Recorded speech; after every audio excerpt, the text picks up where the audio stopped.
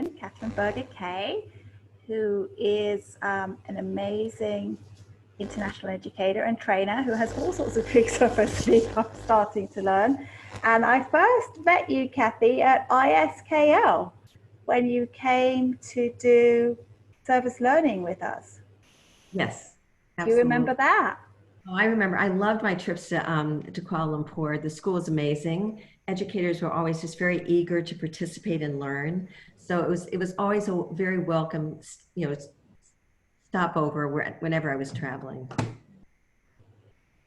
And you were in Yeah, the elementary group, so I was working with the elementary teachers on curriculum development, and we had a great time. you did. I remember we were looking at service learning. We were looking at how we could make the projects that we're doing like more productive to the children and like really engage them in thinking about like what they were learning and why they were learning it and what the purpose was for the world. And I remember you had this wonderful book that you'd written with all Yes, of it. the complete guide to service learning. Yeah, but there was another one. There was another one that was more like about, was it about water? I can't remember. Yeah. Yeah, Yeah. I wrote two books with Philippe Cousteau, Jacques Cousteau's grandson. One is called Going Blue, which is a teen guide to saving our oceans, lakes, rivers, and wetlands, and Make a Splash, which is the one I think you're talking about, Yes, that's the one. doing wonderful things in the environment. Yeah, that was the one that I really remember, the Make a Splash. Yeah, because I think that was something that we were really working on at the time. We did sort of water in third grade was kind of ongoing theme throughout the year because we went from, we had a unit about space, and that was all about like our planet and why it was different. And we realized that having the water in there and everything made our planet different. And then we went into like ecosystems and survival, and then we started looking at environmental things. So like water was, the kids kept coming back and they kept saying, oh, it's all about water, it's all about water, you need water to survive. And then we had this book that we'd visit with, this Making a Splash book. So it's great. So Cathryn, tell us where you are just now and what it's like over there with you. Well, I'm in Los Angeles right now. So I'm in a state where we're having a lot of challenges right now, not just COVID, but also with the fires. So I just want to mention that's going on, and I hope everybody just stays alert of what's happening in the state and stays safe. So in my life, that's what's going on around me, but I'm doing quite a bit of work with my consulting team all over the globe. And that work is very gratifying. You know, all of us who are international travelers with consulting just had to stop, with all the travel. So long as I've been off a plane, in my adult life, I think. So I've been traveling virtually and working at schools all around the globe and enjoying those contacts, and that you can really do some really important and good work in that situation. Yeah, and I remember when we talked first sort of earlier on, and you were saying like how it was a struggle, but that you really felt like if you gave service at this point in time and you supported the people that need it, it would come back to you. Does that? Do you remember that? Absolutely. And it's amazing how initially you think, wow, you can't make or build community in these virtual spaces, but you can. And that's been very gratifying. So I have a team of consultants, there's 8 of us, and that's tremendous support because we're really there for each other and thinking as thought partners, but in also collaboration. So that's really a gift. And then I've been really very fortunate to be able to do some worthwhile work around the world. And you're going to hear about some of that as we go today. So I'm Oh, excited. that's great. I great because like some of the people I've been talking to, and they've got different ways of building community, and I think it's really just thinking about how we can use the platforms, like not working against the platforms, but thinking again how we can work with the platforms and what the platforms can do. It's like, Exactly. yeah. I think that's the key.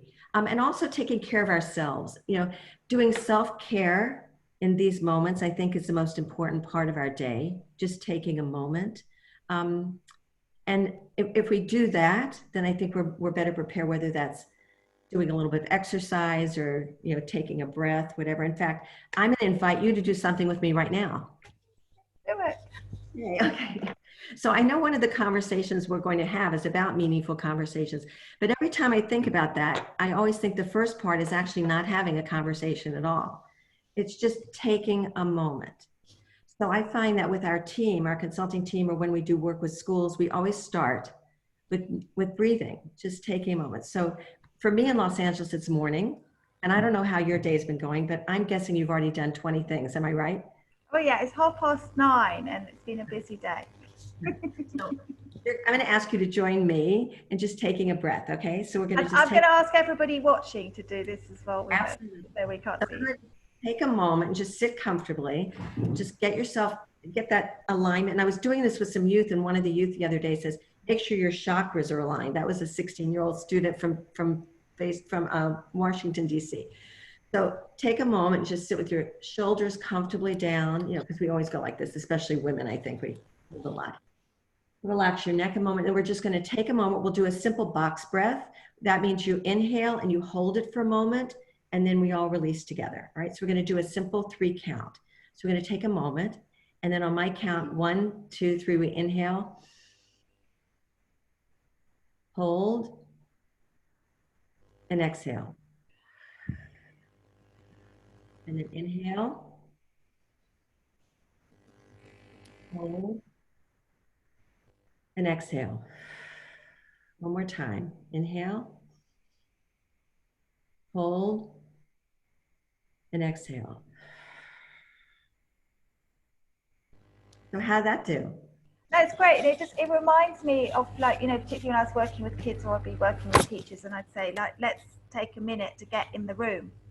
So we'd breathe, we'd put our feet on the ground, we'd say, let's know where we are. And I think sometimes when you come on the internet and you've been busy and whatever, you need to also remember to take that minute to get in the room, to get in the group. Yeah. You have to be present. That's the first part of a conversation, right? Just showing up and being there completely. But the breathing together puts you in the same rhythm as everybody else, doesn't it? Yes, and initially I thought that youth wouldn't go for it. Or I thought adults might not go for it, but I found everybody goes for it because it's just what we need. I love it.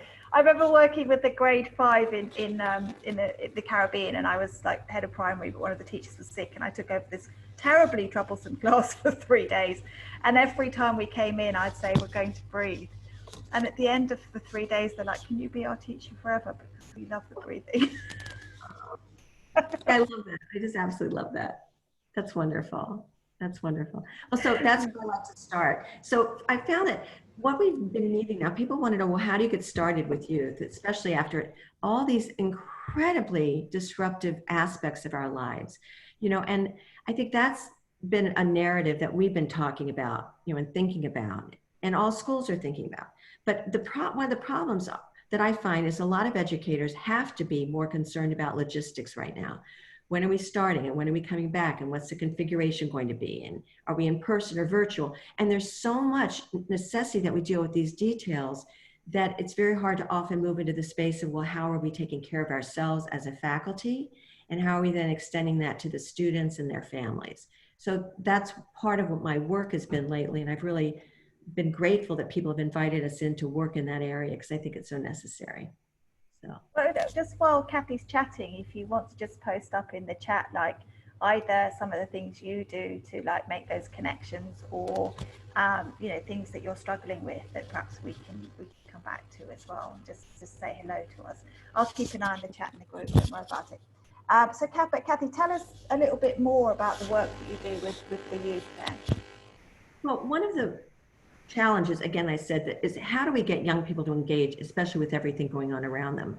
So in March, when we started the stay at home in the United States, I started realizing that while there was a lot in the news about COVID, it was all an adult perspective. We weren't hearing how the young people were experiencing these changes around them. And that seemed like a big gap to me, that we have to hear from young people. We have to know what they're doing and what's happening for them.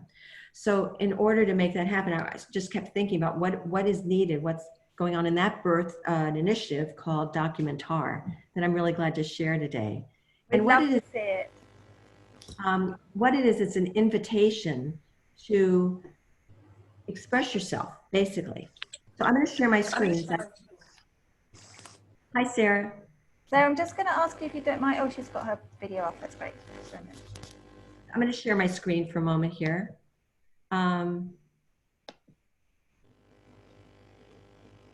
To just tell about what Documentar is about, because I think it's quite a lovely experience that any teacher can bring into their classroom And that's part of the, you know, the ease of it. And on my website, I've posted some materials you can download for free. I have so many free materials on my website. I hope you'll go there and check those out. So Documentar is a place, is a gathering place for youth to share what's happening in their lives. And initially it was about COVID because that's what was dominating everybody's experience. But then it became about the racial injustice going on. It became about the environment. And so it's really where any youth can express what's going on in their hearts and their minds right now. So that's what it's really for. And young people have many different ways of expressing themselves, and Documentar welcomes all of those. So what I'm excited to share with you is some examples of what young people are doing. So it's really a platform, and we post on Instagram and on Facebook and on Twitter as a gathering place because what we find is young people don't just want to tell what they're experiencing, they want to see what other people are experiencing. And what's going on that's unique now is everyone in the world is experiencing something similar. So we all have a story that we can witness, care about, connect with, and then share. So youth use many different various media to make this happen. So I'm going to show you, rather than tell you about it, I'm going to show you what we've been receiving from young people because that's what makes it most real. So this was one of our very first submissions. It was from Ben in New Jersey. And you can see this is his life when COVID was going on. You can really uncover all the different things he was doing, how he was connecting with friends, what he was reading, how he was spending his time. So it's a whole story within one single photograph. Some of our earliest submissions were also from Luanda, and a young woman took a photograph already on her phone and she adjusted it for quarantine. She lives near the coast. And we also invite young people, and I'll mention also how adults participate in this. We invite young people to share part of the reasoning that this is their image or their story. And she said that this is where she feels most free is by the water. This is from Shanghai, from international school there, a photograph that says so much, you know, and this was done by a middle school student experiencing COVID. And the one on the left, the Documentar Xi'an, was one of the very first submissions we got. And I remember looking at it quite a bit before I saw right in the middle, it says in English and Chinese, we can get through this. So there's a lot of hope in here. Even though the images are challenging, there's a sense of hope going on. And then Sylvie has contributed more than once, as you'll see. And this was her second submission to Documentar using collage. And she lives in New York City, and she used the New Yorker for the images.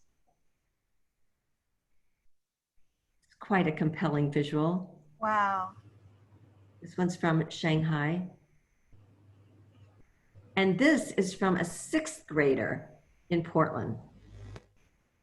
So just take a moment to check this one out. Quite beautiful. And then we started getting submissions about George Floyd, about racism and systemic racism and what's going on. And this is one example, again, from a middle school student. And she's based in Xi'an, China. It's so interesting because, you know, I had conversations with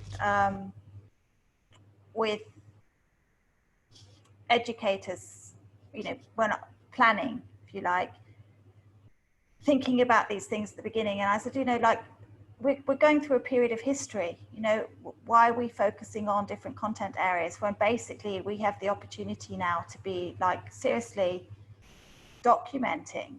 Exactly. And you know, helping our kids, they are actually capable of documenting history. And so, you know, this is what's so beautiful about this project is that it's not just the expression of the voice and like all this amazing art, and I've seen so many different varieties on your site of the kind of art that's being created, but it's now a historical artifact as well. And that's what we kept in mind, is that it really does become that. And I wanted to mention, we've had adults participate. This is a teacher in Moscow had created this piece. And it's quite stunning. So we are welcoming adults in, and I'm leading sessions with adults as well because educators need time for themselves.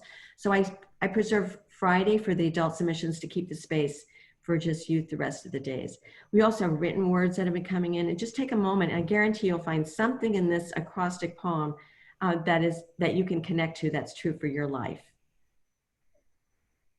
Because every time I look at it, I go, oh, that's me, and that's me, and that's me. That's amazing. That's amazing.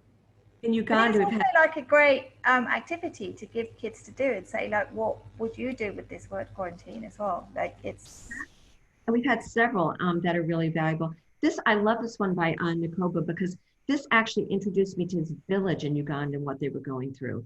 And it's, you know, it's like a news report, but it's so heartfelt, and the worry and the concern, and looking how this has really been a upheaval in people's lives. And then of course, one that's just very graphically beautiful about craving to be outside. I like, can I share a freestyle? sure. But before that, can I just comment on the Uganda thing? Because you don't know this, but I lived in Uganda for 7 years. And Oh it's my. a place that's very dear to my heart for many, many reasons. And I know so many Ugandan educators, and I know the struggles that they have. I know everybody's having struggles, but when you think about that, you have to bring 100 kids back into a classroom that's about the same size as most people's bedrooms, and that their kids have been off school in villages where there is no electricity, and that one of the biggest issues in this village right now is that in these villages right now is that 14-year-old girls are getting pregnant because there's nothing for them to do. It's a very different level, and I love my Ugandan friends and the Ugandan educators I know for so many reasons, like their commitment to looking forward. But it was almost one of the greatest blessings in my life was spending time in that country and still being connected with those people, because it makes me realize that whatever I'm going through just really isn't as difficult as I might think it is. So, yeah, I always live with a blessing. But yes, let's see some sharing this.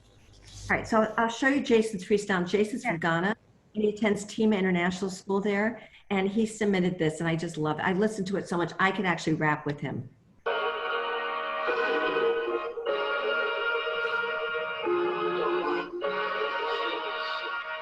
Never would have saw this coming.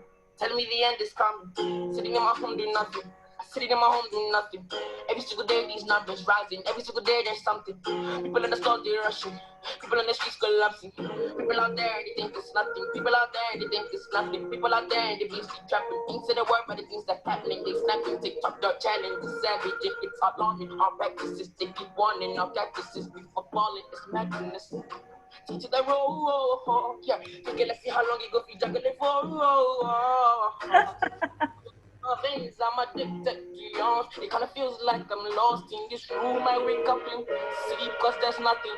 No help me find my way, yeah. Busy dreaming about times going clubbing and dancing like there's nothing. But all I've got is memories now. Lost in this room, I wake up in sleep cause there's nothing. Lord help me find my way, yeah. Busy dreaming about times. Oh no, we lost the end of it. Amazing. He's incredible. Jason's incredible. So I love listening to that and sharing it because he's so expressive, and really captures another element that we all have. And I think this is part of the beauty of Documentar, is that you see something like this and they go, that's me. And we can relate to youth all over the world, though the circumstances are different. Like you said, in Uganda, it's different than it is in New York or in Kuala Lumpur, but something connects us now in a very dramatic way. You're giving them a chance to share their voice, right?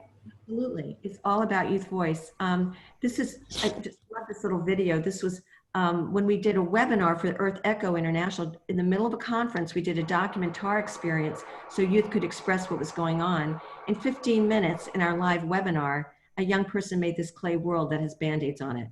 We've got so many different kinds of submissions and expressions. That's part of what I love about this, that it's just open and available for wherever a young person's at. So it's meant a great deal. And we've also put on events like the one I just mentioned with Earth Echo, where young people could come and express their concern for the environment, or something more specific. And we're about to do an event on October 1st around the idea of the elections, because some of you know we have an election going on in the United States. Do we know? We do know. So we're doing an event called Documentar Vote, which is nonpartisan, but it's to invite young people in to see at whatever age, 13 to 24, even if you can't vote, you still have a voice. So together we can all be part of this democratic process, and everybody has a role. So that's part of what we're doing with Documentar. So people can follow us on Instagram and on Twitter and Facebook.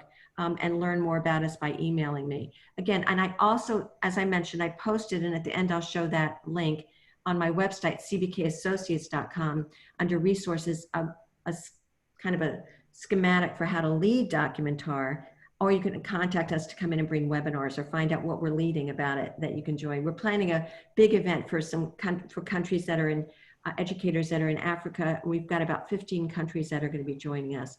So we have a lot planned for Documentar that's going to be very exciting. I'd love to help out with connecting with Africa, and I've got my couple of good friends over in Nigeria as well, who I think John is actually on the call with us, and John is a really productive Nigerian educator who's been setting up PD, and he's got this global PD thing going on this week, and he's really committed to like bringing ideas into Nigeria and like bringing in other voices and everything. So you definitely should connect you to there. So, but even if people just jump on with their classes and like do something to like document the time, right? It can all help. So the other aspect that I wanted to share is how we're helping, more about conversations from, I'm going to stop sharing for just a moment. So we want to also be checking in with young people. I know we need to get to our academics, but I think, again, we need to take time to just check in with how people are and what's going on with them. And Documentar is one way. And what I find is young people enjoy it so much, they want to do it more than once.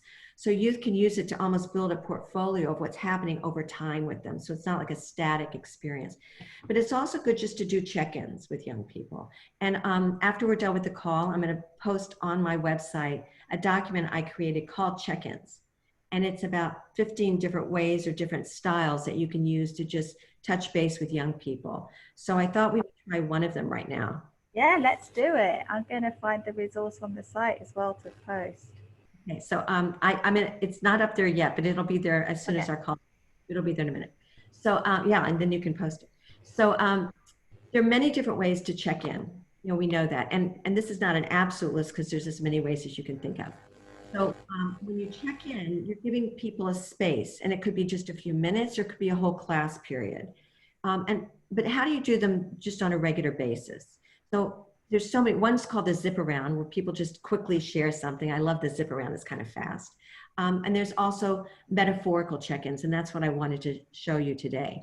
One way is we can have young people put together their emotional playlists, like, what song would you be today? Because they often have a song buzzing in their head, and just telling you the title tells you everything. That just lets you know.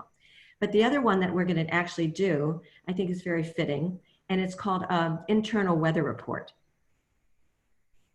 All right, so I need you to take a moment and think about if you're going to express how you're doing by your weather report. I'm going to do it also with you.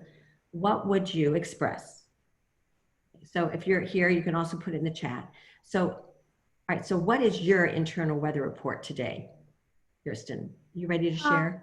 Yes, I would say that my weather started this morning with a little calm breeze across the water, and then spiraled up into a bit more of a crazy chaos energy wind that was spiraling around all over the place. And then I would say that there was a rainstorm with a little bit of thunder, and after that there was a lot of calm and the sun came out. I love it. I got your whole day. So I think mine's going to be, I think I'm going to start a little bit windy. It's a little wind, and there could be a tornado on the horizon. But I think we're going to end up with a bit of a cool breeze, just a cool, calm breeze. I think that's where we're headed. Love it. I love it. If you're on the group, just post in the chat. Hi, Debbie. Hi, Marie. Oh, somebody's asking for the link to the freestyle rapper. So you've got a fan there. Do you want to just post? Do you want to just post your weather on the group? Like, what's your weather? Is it stormy weather? Has the sun come out for you today? I love it. Oh, somebody's saying they love the pick a song to capture who you are. I love that one too. I think it's really cool. I've used lots of things like pick a picture, pick a color, whatever. But I love the pick a song. Beautiful. Yeah.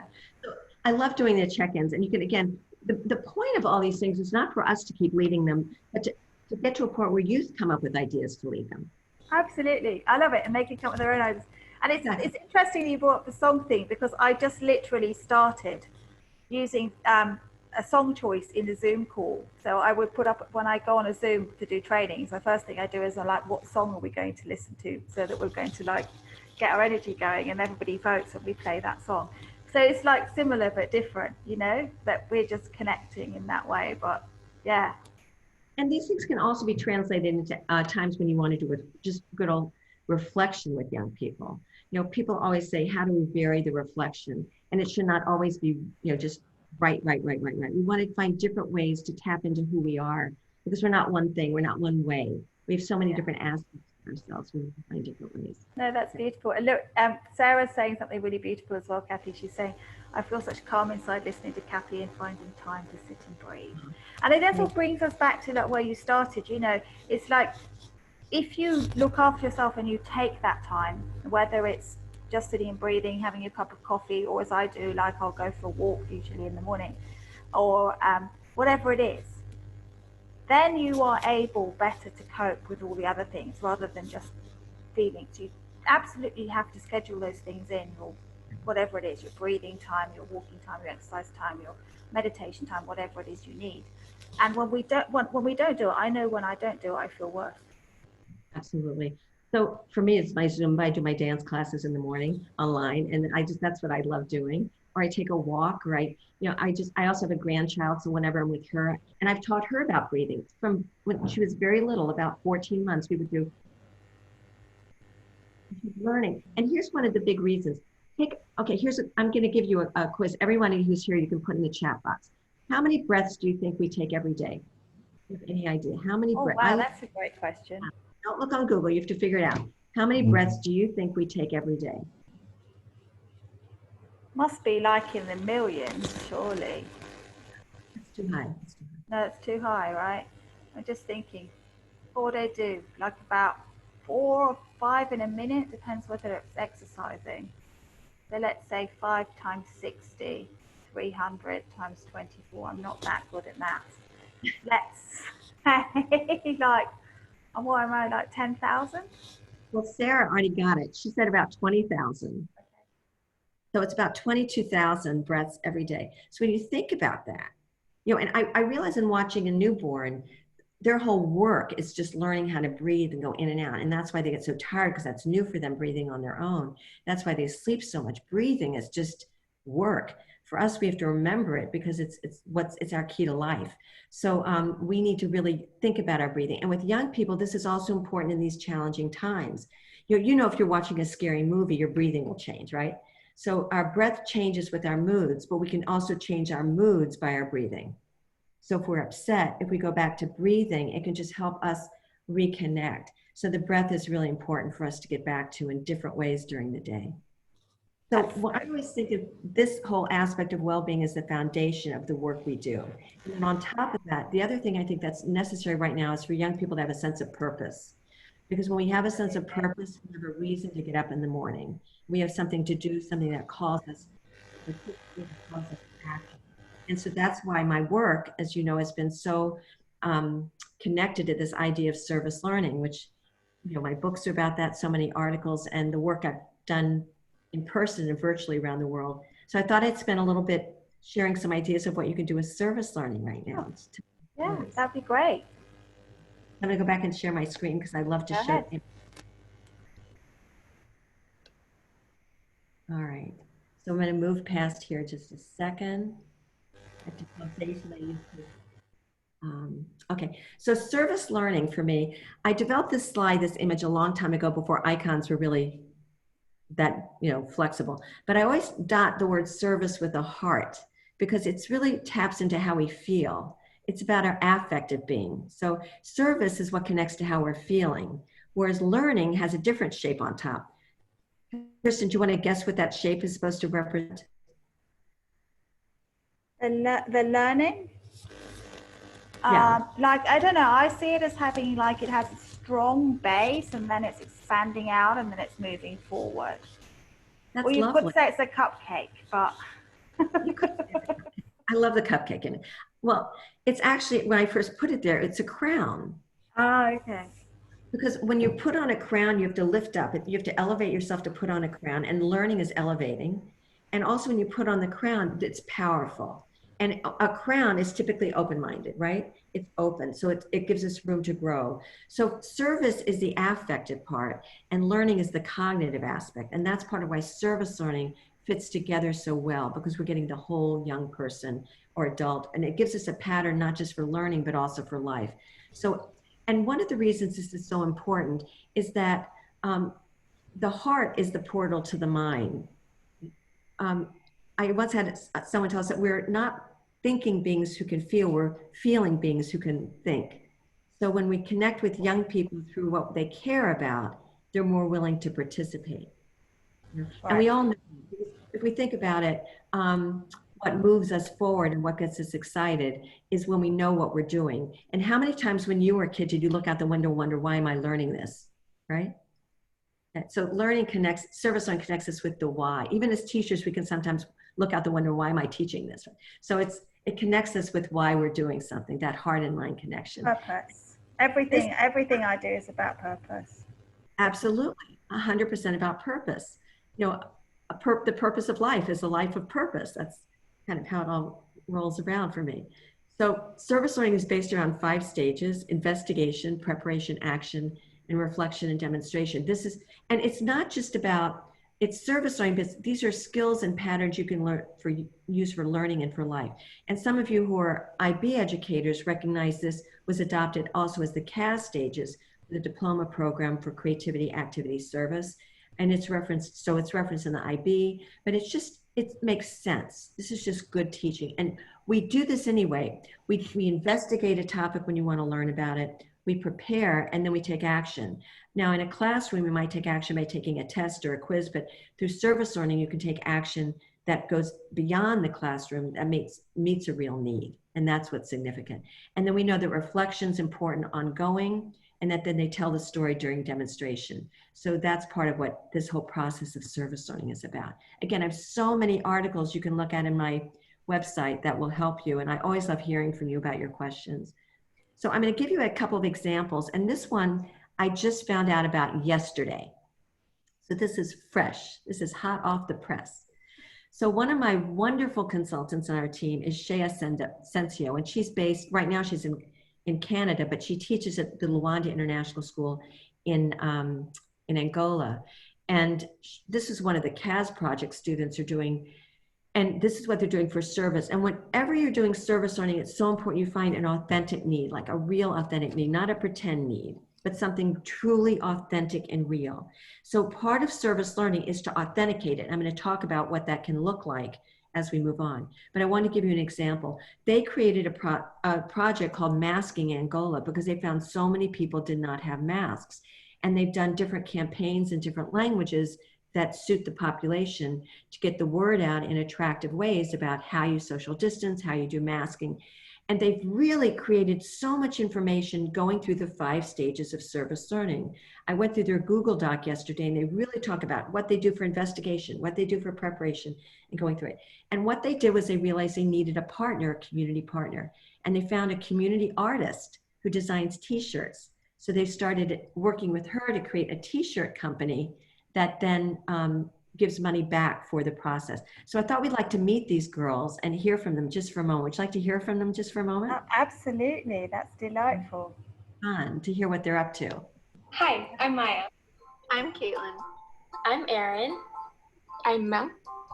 And we are part of the Masking Angola CAS team. Let us tell you a little more about our project. Our mission is to distribute homemade masks around our Angolan community for people who don't have access to them. And also creating infographics, raising awareness about safe practices during this time. We have a great and dedicated team that will make this possible, and you'll be able to see the infographics we've created and track our progress here on the LAS Instagram account. We would love your support and help to raise awareness about this project. And follow what our project is doing during this pandemic.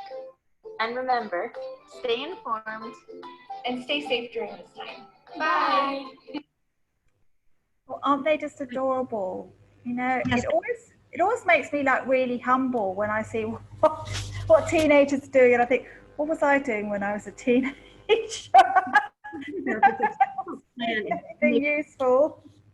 really worked on this. They wrote a script. They thought about it. This is so purposeful how they're doing it. And then Hi, I'm Maya. I'm oh, Kate. let me stop that. I'm Erin. So I just want to give you an example. This is, and I always encourage teachers to, when students design something, to help them learn how to do an elevator pitch. You know, when the whole idea, if you get on an elevator and you only have 5 floors to get a message to someone, it's really how do you really message well. These girls outlined a really good thinking process for elevate. These kids are doing so much good work. I mean, they could fit into any nonprofit organization. They could work in a business. They're really learning these skills that they are transferable to help them become viable leaders and effective change makers in their world, which is just amazing. So there's so many skills. And this is the artist they've connected to. If anybody wants to go on and buy a t-shirt, they're creating t-shirts with designs of the cities that you're on. And every time they sell a t-shirt, it gives them money to fund their masks. So they're really, and they're being connected to by other organizations throughout Angola, because this is such a viable project that they're doing. So I just wanted to share this one, give them a shout out. Oh, that's great. Fantastic. I'm going to go on and have a look at the t-shirt making thing for sure. I mean, they're so cute. And I love they have different designs. Is there a link that we can post up for the t-shirt making? Yeah, I'll definitely post that afterwards. Just post it in the chat where you see the recording, and just post it in the chat there, because people will follow up on that. Absolutely. So another group that I just wanted to share is some in Shanghai.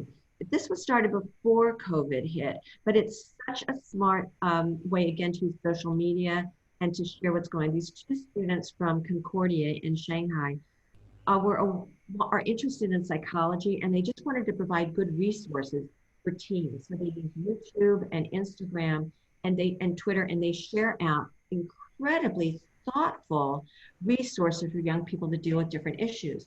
After the George Floyd incident, tragedy in the States, they started posting about how non-Black international students in China can respond to what was going on. They have resources for post-traumatic stress disorder for teens. This is some of the best materials I've seen, and these are from high school students. So I just wanted to share what they're doing, because you know, we always are looking at how can we really engage youth in using social media well, because otherwise they could use it poorly. So we really want to give these examples of how young people are using it effectively. I think there's also like something else that I want to ask here. I think that, you know, it's significant, and I know that a lot of people struggle this because of the limitations that are put on them by their schools, by their governments, by their states, or whatever. But it's that, like, when you open up to young people and you say, what can you do? Instead of making them feel like, oh, you can't do this or you can't do that because, all right, here's the thing that you have to pass and you're not good enough to do it. And so I think a lot of the like negative behaviors and frustrations and acting out behaviors that we see coming from young people is just simply like, here, I'm being asked to do this thing that has completely not meaningful to me, and then I'm being told that I'm bad at it. Whereas I think if you turn it around and you say, hey, you know, what's your idea? How do you want to express it? Like, how are you going to solve this problem? Then they're like brains engaged, and then they want to go on and they want to say, like, I want to learn that skill, or I want to learn how to do that, or I want to improve my communication, or help, teacher, can you help me write this better because I really want to say it, you know? And I think that sometimes it's just the limitations that we put on kids that brings out a lot of, for want of a word, acting out behaviors. Yeah, and a lot of frustration and boredom because they're not being tapped into their creativity. And they're not, you know, we focus so much on the analytical thinking, but we also need that creative and practical thinking that leads us to ethical thinking. Ethical thinking doesn't just happen. It has to have these other elements come to life. And that's been a foundation of my work, for decades. There's a wonderful article by Robert Sternberg called What is an Expert Student? And he says we have to engage these 3 kinds of thinking: analytical, creative, and practical. And then one of our colleague, Raj Mundra, said, and we also need ethical. So whenever I create experiences, whether it's for a workshop, virtually or in person, I make sure all 4 of those are present. And as we do that and we give room for young people to express themselves, this is just saying, don't find our blind spots. Don't find things that are missing that we're not paying attention to, because they're so attentive, they're alert, they're tuned in, and they know what's going on. So we have to just back up and give space for the youth. And I guarantee you so much will be solved and so much will be figured out. So I wanted to share a couple other examples because for me, service learning is about fostering deeper learning and transforming lives to change the complex world. So what I want to do is I want to share a couple of examples with you that I brought. I actually had them on my desk in the other room. That's why I ran out for a second. I forgot to bring them. You know, right now in California, we're dealing with fires, as I mentioned, and many places in the world, we have disasters, and are we prepared for those? And I want to share, because this is something we're looking for ways you could do service learning or get involved in social action in remote ways, because we're not sure when many of us are going to be back in person. So whether you're virtual, hybrid, or in person, this is an example of what students may not. This is a very tattered envelope, as you can see, because it's traveled with me around the world. But this is an example of what students did in elementary school in Florida after a series of hurricanes. They realized that when they went out and they surveyed and interviewed people to find out what was going on, that what they were doing, there was no place for people to put their belongings, their critical papers and documents. Kids didn't know what half of these terms meant, like wills or estates or insurance documents, but they learned what they were in the process, that these were the things people lost. And they designed this fabulous envelope, I hope you can see, that tells these are all the documents you should put in this emergency envelope. So it's a grab and go. If there's something that happens, you have everything in one place. And then they said also, we need to know what's going on with animals and how to take care of them and things you should have on hand, period. And they talk about what service learning is and why they're doing this. And these kids collaboratively put together the copy for this envelope and the images, and that's something kids could do in person or virtually or hybrid. And then they raised monies to get copies made, and when they went to the printer refused to take their money and printed 1,000 of these. And then when they came back to get 1,000 more, they said, done, not a penny of your money, because the community wants to support good work. Isn't this a lovely idea? Beautiful. That's beautiful. And it's such a great story. And it reminds me of like when I was working in the Sudan, and we started, because in IB schools, well, in PYP schools anyway, we call it action. We don't call it service learning. But so it started this sort of action, whatever the kids proposed as their action projects, and we had an action board, and we had various kids saying they wanted to teach football to younger kids, or they wanted to do like a healthy snack cafe or whatever. But one day I had this 7-year-old march into my office and said, Miss Kaye, we have to do something about the local schools in Sudan. And I said, okay, what is it you want to do? And she's like, I think they need resources, and it's dreadful because we have all these resources and we don't, and other people don't have them. I said, okay, what is it you want to do? And so we sat down and I helped her make a plan. And this, I mean, she was like knee high to a grasshopper, I promise you. And she went up and she made a presentation at the senior assembly. And of course, everybody's like, that's adorable. And then she got all these people on board. She wrote to all these businesses. She got all these paper, books, everything donated, and then she marshaled all her 7-year-old friends in on a Saturday morning, got them all to put it on boxes, got her mother to drive her around delivering it. Totally self-managed. She just decided that's what she needed to do. Don't get in the way. We think we can't do these things because we have our standards and all these things to meet. We have all these things to learn, but we don't just meet our standards, we far exceed them when kids are truly engaged, because the kind of skills you just rattled off that this young person did, I mean, what age did you learn those, or did I learn those? I mean, these kids are learning these things, and these are transferable skills. This has become this girl could conquer the world because she knows that, first of all, people paid attention and that she had a voice, but along the way, she learned those skills that she needed, and now she's got them and she can teach others. So this is, to me, what learning should be about. And we, I call it service learning, but to me, it's just great education. It's just how we should be. And I think, if I encourage anybody, to take a risk, just take a risk, what's to lose? I remember I had these 2 boys, and they decided that they wanted to have a waffle sale. And I can't remember what it was they wanted to raise money for through their waffle sale. I can't remember. It might have been the tsunami. It might have been an earthquake. I really can't remember. Or we did have a project where all the kids decided they wanted to put a well in this village in Darfur. So it might have been for that. I can't remember. But anyway, these 2 boys, they said they wanted to do this waffle sale. And I said, well, okay, how are you going to do it? Well, we're going to bring in 6 waffle makers. I was like, okay. And I said, and we're going to make the waffles at break time. We're going to sell them. Okay, but what pre-prepare any waffles? No, we're going to fly. On the first day, it was like chaos. It was like waffle mixture up the wall. I think maybe 4 waffles got made. Like it was, but they went back. They figured out what they'd gone wrong. They decided that they needed to like pre-cook them and just then like sort of not quite finish cooking them and then just heat them up quickly so they were hot at school. And their dads, more than their mums, their dads were so proud of them that they came in and they said, you know, they just doubled whatever it was they'd raised because they were just so proud of them. But they learned so much. And, you know, and we do have this predominance of sales type things. And sometimes there's a lot of learning, but we also want to make sure they're always connected to the issues. Because sometimes kids are doing things just because they like to sell stuff, which is one thing. But we also wanted to connect to the issues so that people really learn what's underneath it, what the motivation is. So I remember buying a tote bag that was made out of recycled juice boxes from a school in Hawaii that I was consulting at. And for each one, they had a tag about recycling that gave facts about it.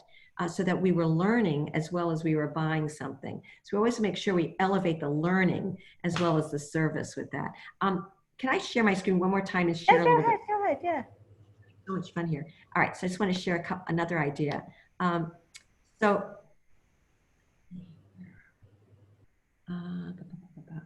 right, so what I wanted to share is one of the key understandings to get to service learning. And this is a strategy that teachers can use no matter what they're teaching. And that's why I wanted to share it because it's so useful. And when I present, no matter what, this is one of the best takeaways. So when we do investigation, one key part is to find out what a need is and what a real issue is. And we think that we can learn about things just by one method of research. So when I say the word research to you, Kirsten, what's the first word that pops into mind? Finding things out? Yeah, but what method do people use the most? It's usually a 6-letter word that starts with the letter G. Oh, you mean Google? I was just thinking, we usually start with a question. So yeah, I mean, it's, yeah. The question, but then kids think that they can Google it, right? They always think that Google it. I was asking some students, I remember in Hong Kong, is this equation true? Research equals Google. I put up on the board a little bit of math. And the student said, we know it's not true, but we act as if it is. Because people think research equals Google. Like I use it to find out a location of something, or, I mean, I'll use it, but it's search, not research. No one has ever called Google a research engine. It's a search engine. And just like you said, research means to find out. To search means to find out, but to research means to find out again and to add to the body of knowledge. So research does not just equal Google. In fact, I love quotes. I use them all the time in my work. And one of my favorite quotes is from the 1930s. And they said, if you copy from one person, it's plagiarism. If you copy from 2, it's research. Because whenever you just use Google, it's always copying other people's information. It's always plagiarism. So I developed something called the MISO method of action research. And I wanted to share that because that's the kind of things that students did in order to make this envelope, or that's what the students did in order to do their mask. And so it's the MISO method. So it's an acronym, and M stands for media, right? So we can use media, which is the internet, but it can also be newspapers and books and films. It's also, and maps. I love maps. I'm a real map person. I think maps are phenomenal. And we forget that using maps is a part of media. So what do you think the I stands for? If M stands for media, what do you think is a finding out way using I, not internet, because internet's part of media. I was going to say investigation, but maybe like individuals, interviews. Yes, you got it. It's interviewing. So, I put survey there next, but it's supposed to be interview. So interviewing is when, in this case, you can see someone interviewing one person, or you can have a group interview. This is a class of students in Shanghai interviewing someone who works for a nonprofit, an NGO in Nepal, because they're learning about an underlying issue. So by interviewing, you find out things from experts that aren't even on the internet yet. You can't even Google it. And then by surveys, these are young children out surveying people on the streets of Shanghai. And then also observation. This method, when students do this, they're going to really authenticate a need and find out something that's real. And along the way, they're going to find partners and people who really who are invested in their success. So I just wanted to bring that to your folks that the MISO method is so easily adapted to your classroom. And I'll give you an example. There were some fifth graders in the Concordia School in Shanghai, and they were learning about children who are left by their parents who have to go work elsewhere, and they're left with other relatives or in their community. And it's a very challenging situation for these kids, and they wanted to find a way to help. So they did interviews with the woman who ran the organization. They looked at photographs, which is media. They did all these things to find out about the people and their needs.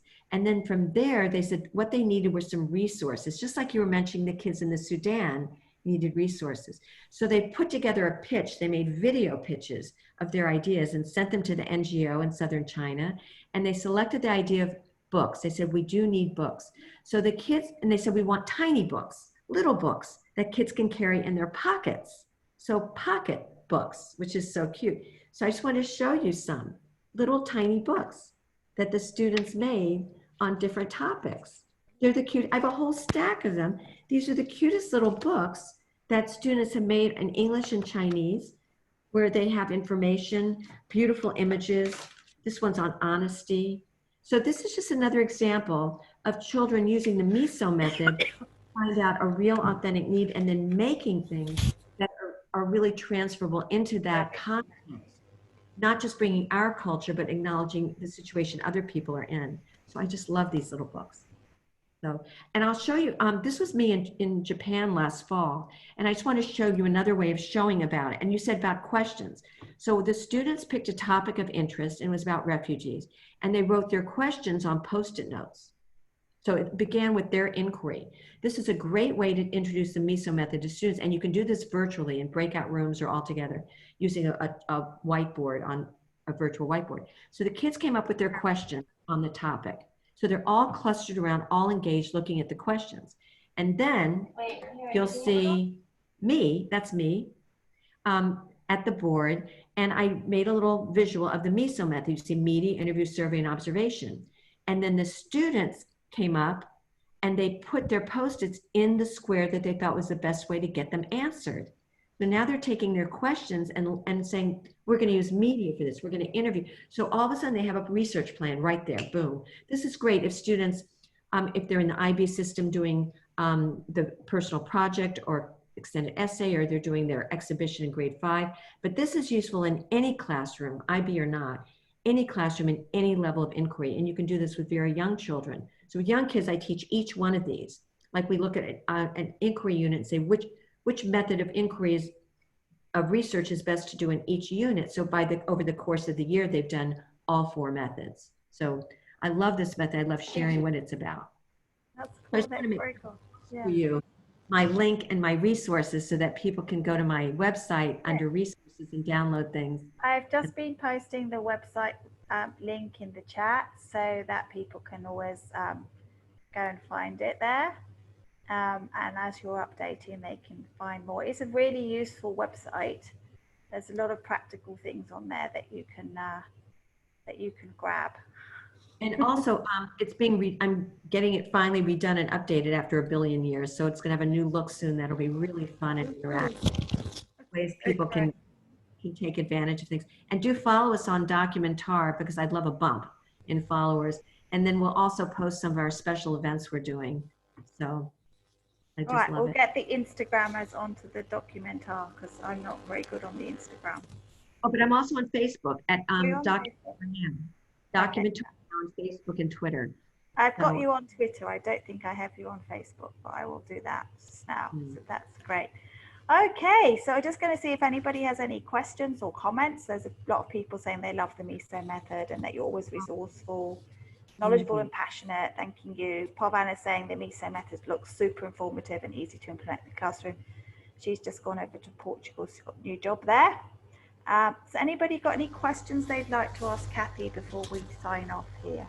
And there's in my articles, there's lots of more stuff about how to use this. So you'll find so many resources on there, and I'm very easy to reach. I really love if I open my inbox and get an email from a teacher, I'm very happy. I mean, I love administrators, but teachers are doing the work. You know, they're right in the front line. So I love when I get questions from teachers and can connect. And I'm so sorry that I always have a summer institute. That's how I knew Sarah, who was on earlier. I have a summer institute for advisory because I do a lot of work with social emotional development, often translated into advisory programs or just everyday teaching and service learning. So every summer for 6 years, I had an institute, 3 or 4 days, we would come together to really dive deep into this. But this summer we had to pass. I hope we bring it back next year.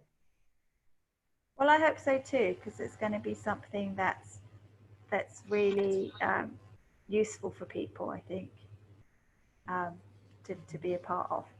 So that's great. Well, I don't seem to have any questions popping up. So before we end, like, if you're just going to give somebody, the group, something to like really take away with them as a final thought, what would it be? First of all, take a moment and just breathe. Take your time that you need. Right now, our own self-care is going to get us through, carry us through the distance. You know, there's a lot more on us right now, and I think we really need to just make sure we're checking in every day how we're doing. That weather report is always very helpful as well. And also to just expect, it's not that we expect less from our young people, because I think they're capable of so much more, but give them space to make sure we're listening to them and to find out what is really essential to them right now.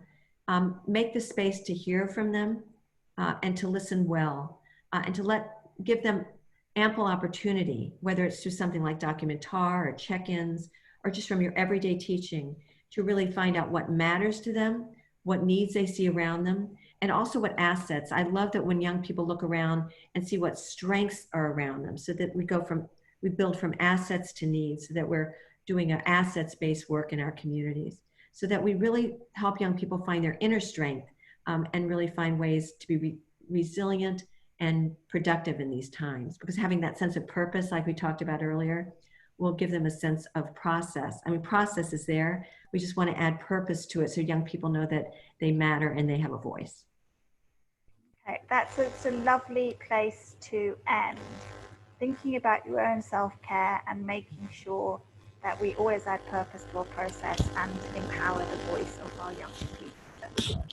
Right, yes, because nothing makes me happier than giving space to young people and just seeing what they create and what they're capable of. It's just what brings me personal joy. And Kirsten, I just want to thank you what you're doing with the Global Educator Collective, your team. It's just phenomenal.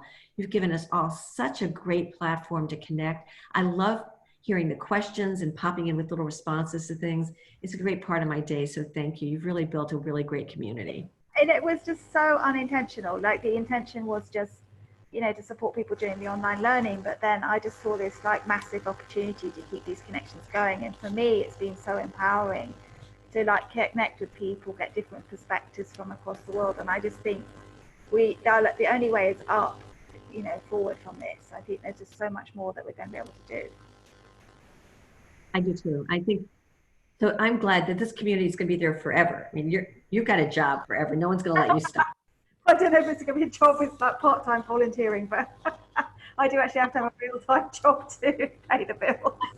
I also should mention, maybe doing 2 workshops, 2 webinars upcoming about Documentar. So I'll post those in the Global Educator Collective. One is this Friday through the group Lausanne Learning that you suggested I connect to. Yeah. So I'll post about that.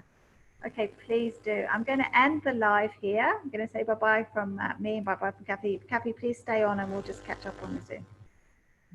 There we go. Bye, everybody. There we go. So that is the end of the live.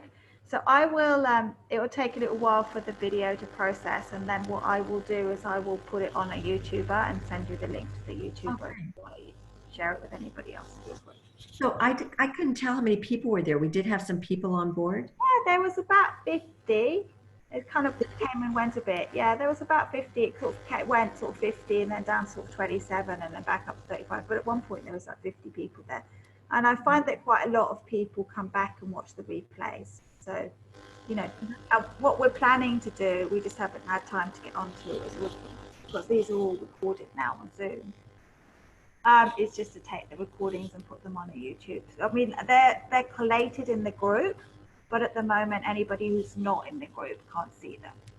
So, unless people join the group. So they're all, everything will be, and this one will be too, will be put under the unit that's GEC live chats. But whenever I get a chance, I get them onto YouTube. It's just at the moment, I'm like trying to find somewhere to live, trying to figure out where I'm going to register my business, because where am I going to pay taxes? Because I'm in Thailand on a retirement visa.